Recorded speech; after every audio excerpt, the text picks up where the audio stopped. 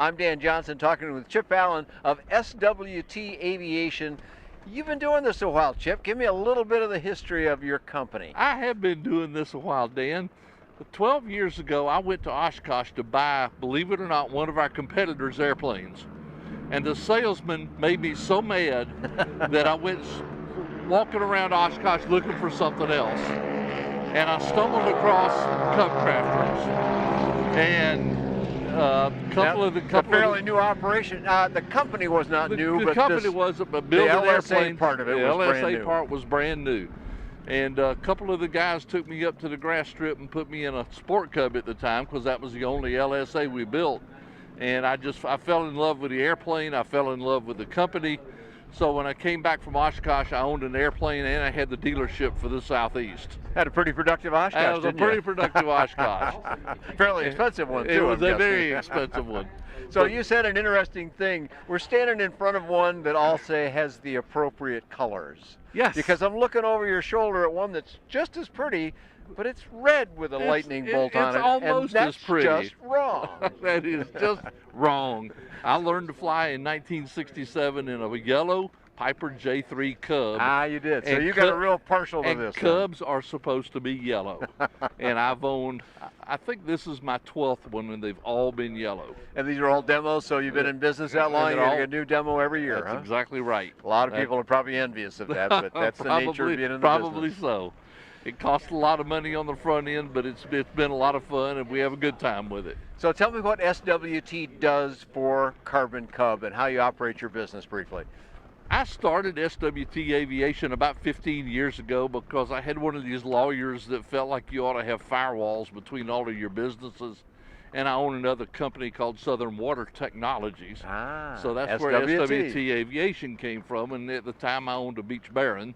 So that was my Baron company. I see, and okay. So it became very easy once we reached an agreement with Cub Crafters just to roll the airplane sales business into SWT Aviation. All right. So that's been working for you. So, and where do you represent the company then? We have all of the Southeast. We have everything from Virginia, West Virginia, and Kentucky, Tennessee, and Mississippi, and south and east of those states. Okay, so if somebody's interested in Cub Crafters in the Southeast U.S., that's us. You're the man. Absolutely. You and your team, that is. You got it. Okay, great. Well, now let's shift gears a little bit and talk about the aircraft itself. Now, we've looked at Cub Crafters in the past, even did a pilot report on it at another air show at another time, but this company, in my experience, and you know much better, of course, why I'm asking you, seems never to stop with the changes and upgrades and improvements and new this and new that. And this one here says FX3 on it. So tell me, what's going on? It's almost to the point that even as the dealer and being immersed in this all of the time, sometimes I have trouble keeping up with what's going on. Good, it's not just me then, good. Jim Richmond, the owner of Cub Crafters, he's the definition of an innovator. Jim started out life he started out life in the home insulation business and decided one day that he wanted to rebuild a Super Cub.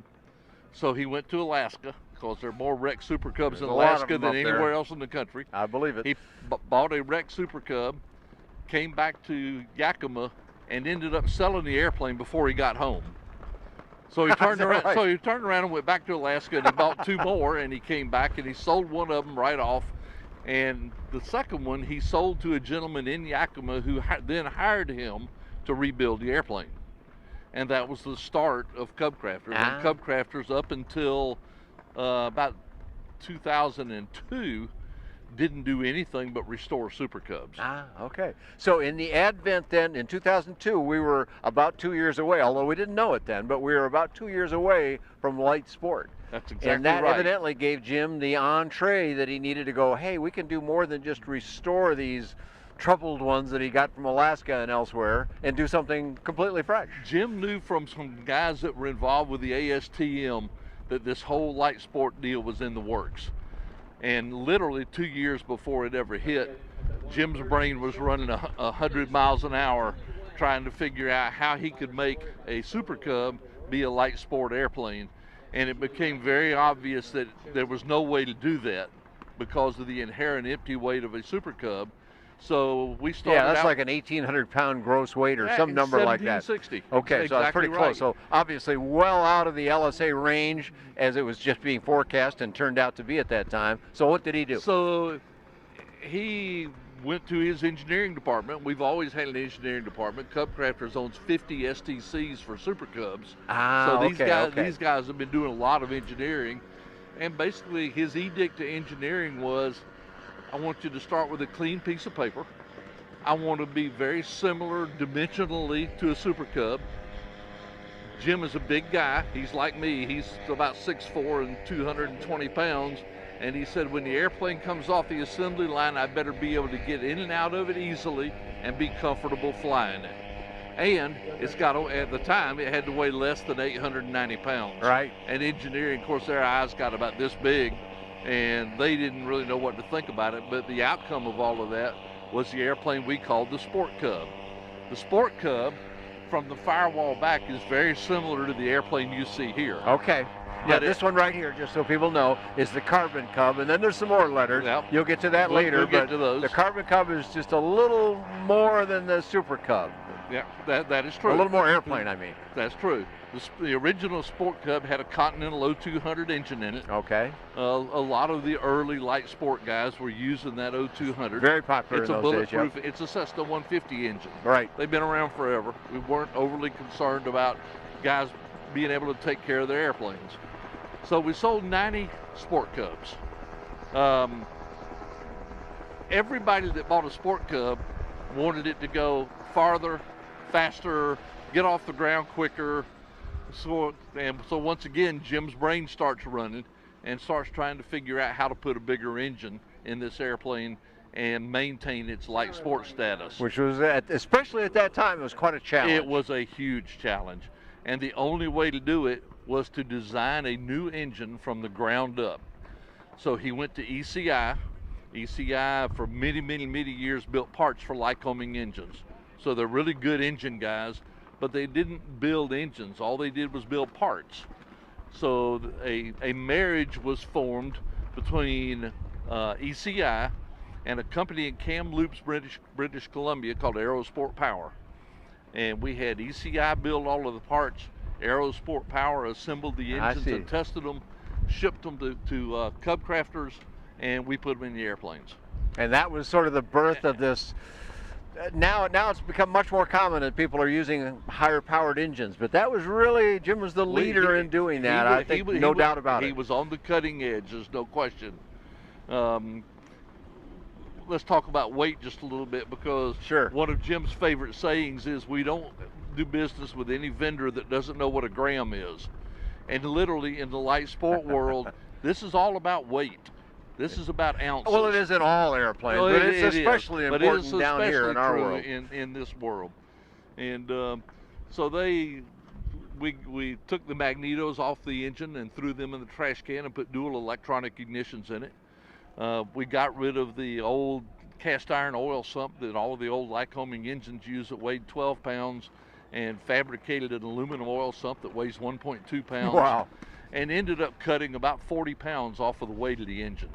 Just the engine, okay. And we got rid of the 7-to-1 compression ratio pistons and put 9-to-1 compression ratios in it.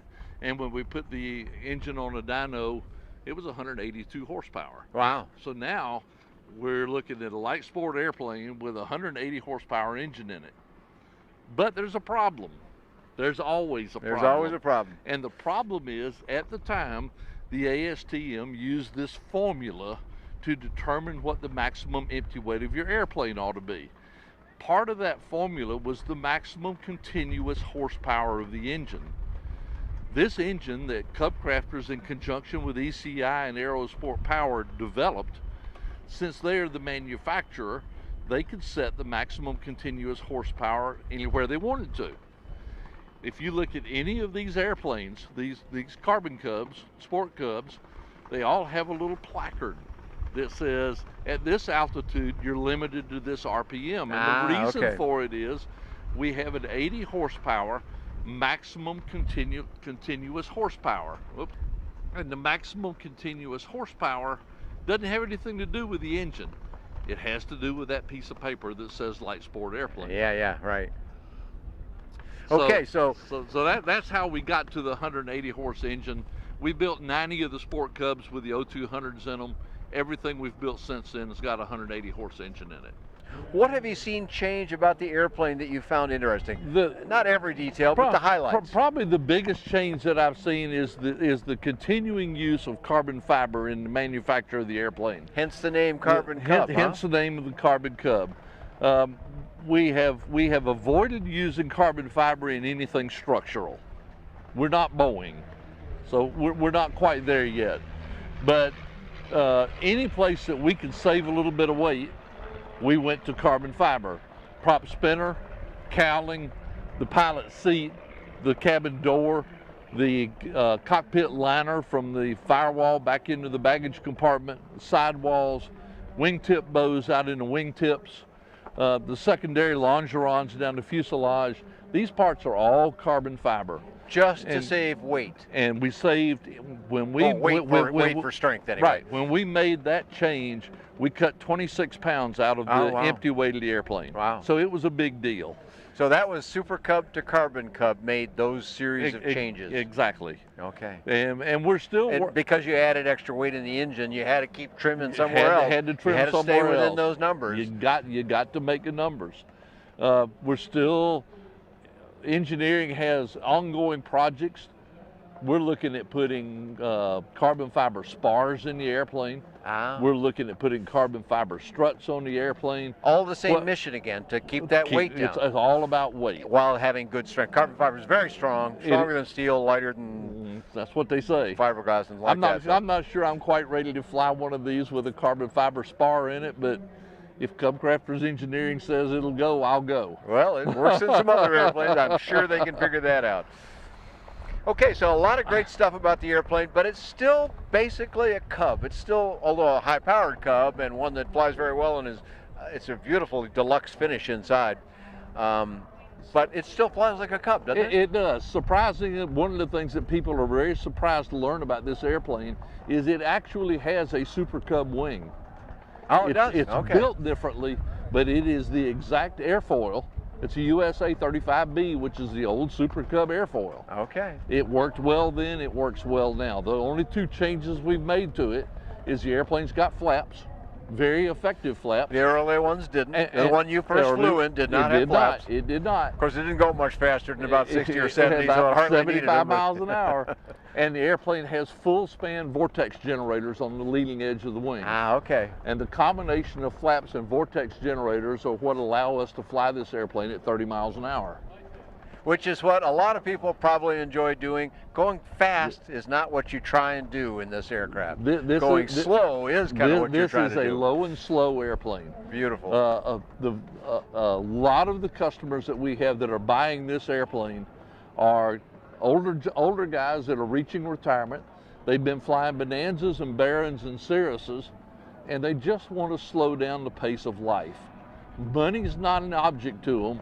They just give me something that I can go out late in the afternoon and watch the sunset. Cool. And we sell a lot of them just to that profile. Well, you've all done very well. As you know, I think on my website, I keep track of the ranking of LSA producers. I don't go beyond that, in airplanes only, but we've watched Cub Crafters just move up and up and up that list. And last year, Cub Crafters ended up in the #1 slot. So good job over many years. Now you want to hear the problem? Yes. Our entire 2018 production is sold out.